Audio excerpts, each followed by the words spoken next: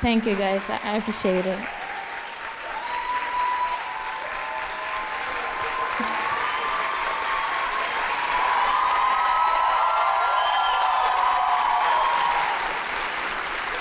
Thank you pretty much. All right, so for the past few years, I've been asked to tell my story, to say what made me enter to the sports field, while I have more opportunities and future in any other field, especially back in my hometown, Saudi. I'd like to talk to you a little bit about where I come from, Saudi Arabia. From Riyadh, the capital of Saudi Arabia. And Saudi is a really big country, and it has so many different mentalities, views, lifestyles, and backgrounds.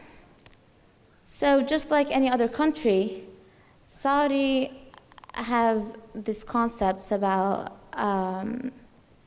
principles and policies.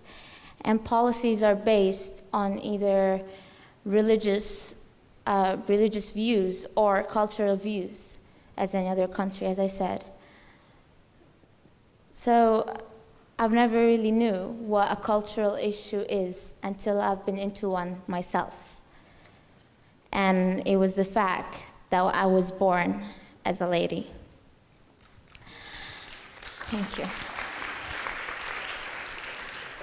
I was born and raised in a cozy neighborhood that I almost knew everyone there, and everyone around me was somehow related to me, never with blood, but always with spirit.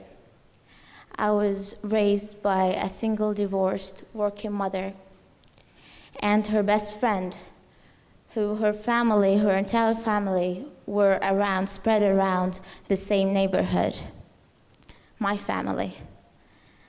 I've never been stopped of doing anything just because I'm a girl, or forced to do anything because I'm a girl, or stopped of doing anything because it's just for boys.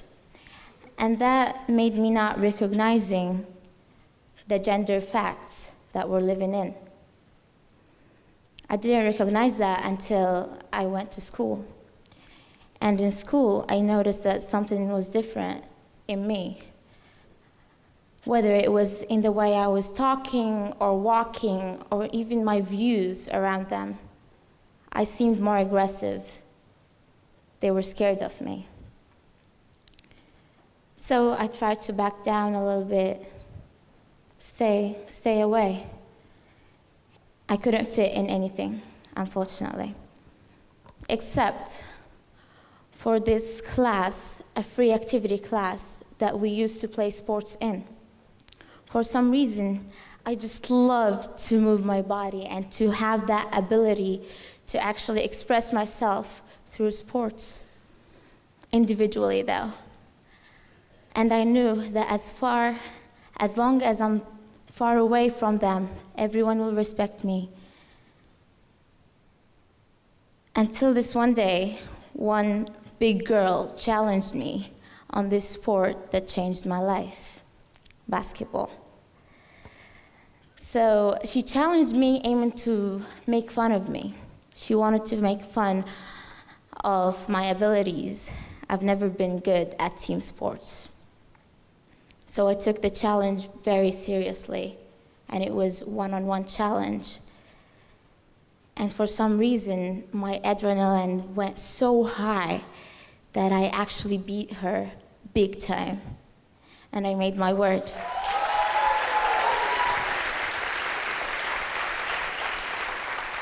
Since then, everyone changed the way they were treating me. Somehow, basketball showed them who I really was. It showed them the real me.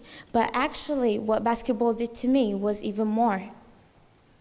Basketball made me believe that not everything could be done individually, and that teamwork is needed, and that teamwork is a plus, and trust, commitment, and support are needed in real life, in each one of us. So I knew where I belonged, and we formed a basketball team in my class, and all other classes did as well, and our school was generous enough to actually make a basketball league, which led to more leagues of sports later on. I totally know where I belong and what I wanted to be. But unfortunately and surprisingly, my teacher was the first to wake me up on the dream I was living.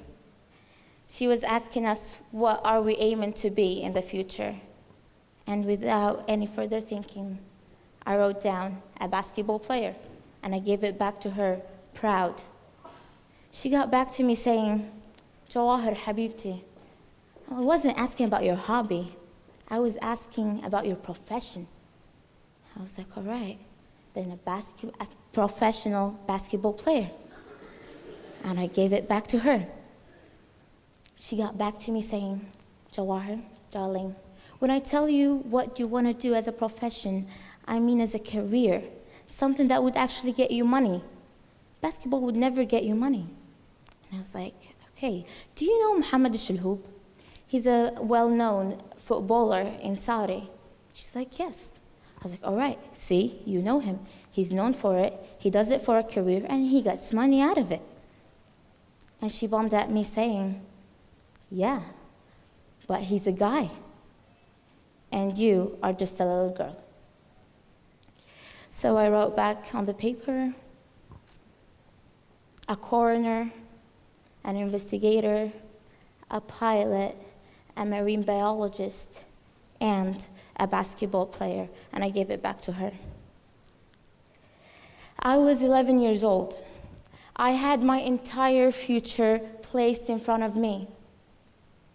And I knew that there were people who made the word impossible into impossible, and I believed that. So I went out of that class knowing that there were so many ladies out there who felt the same way I felt once upon a time, and that there will be more ladies who will be feeling it one day if someone didn't stop that and if the deal stayed the same. So I put that in front of my mind, in front of my eyes, that concept, and I lived for it. I knew that it's not easy to convince everyone. But there was this one person who is here today that I wanted to convince, and I wanted to be right by my side. I knew that I've never been the daughter anymore.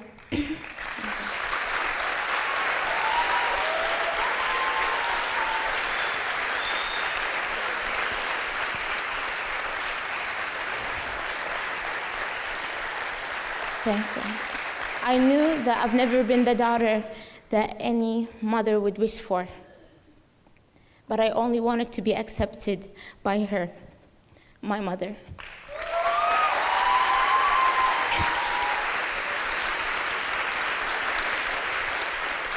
We've never got along before, and every time she tells me about, or she mentions something about our culture and the reality we should live in and we should live with, I think that she was directly attacking the way I am and who I am and what I wanted to be. So I turned 17 last year of high school, lots of dreams to reach and a reality to face. I moved to another city, Jeddah, to studying a foundation year in science, hoping to reach to the major of marine biology that I already knew that it was only there for guys. It was only offered for guys. It's not a stupidity, it was just hope. Some issues happened at the end of the year. I couldn't go on with that, so I had to come back to Riyadh. So we moved back, and I entered my second university in medicine field.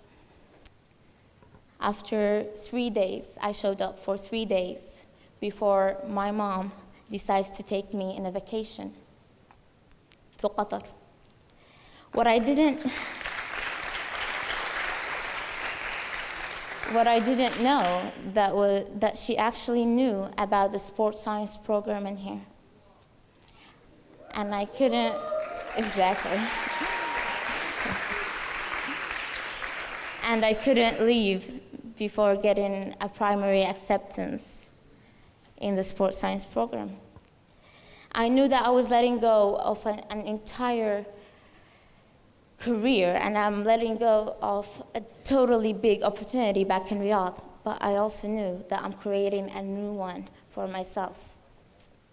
I've never knew how supportive my mom was until I knew and I saw how much she fought for me to actually get into here. People were attacking her because of the way she was raising me and all other stuff that is related to our culture. But she fought for me, and I couldn't be here without her.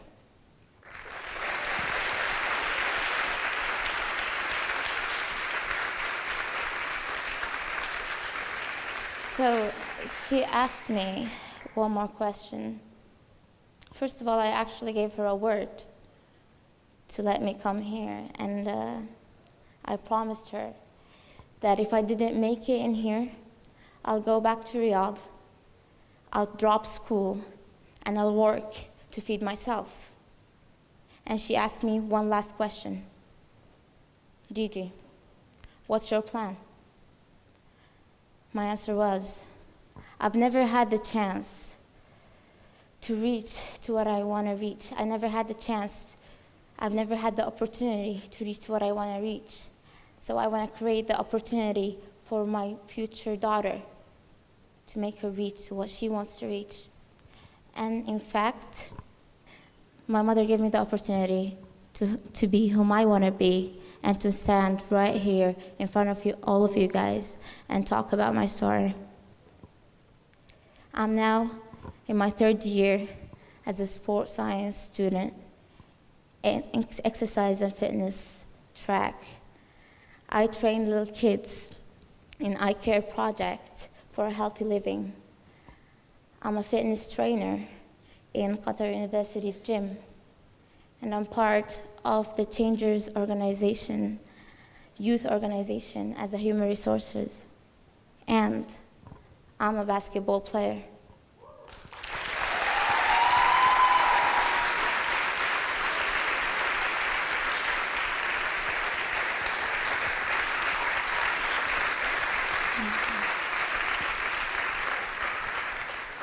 And one day, someday, my country will be proud of me.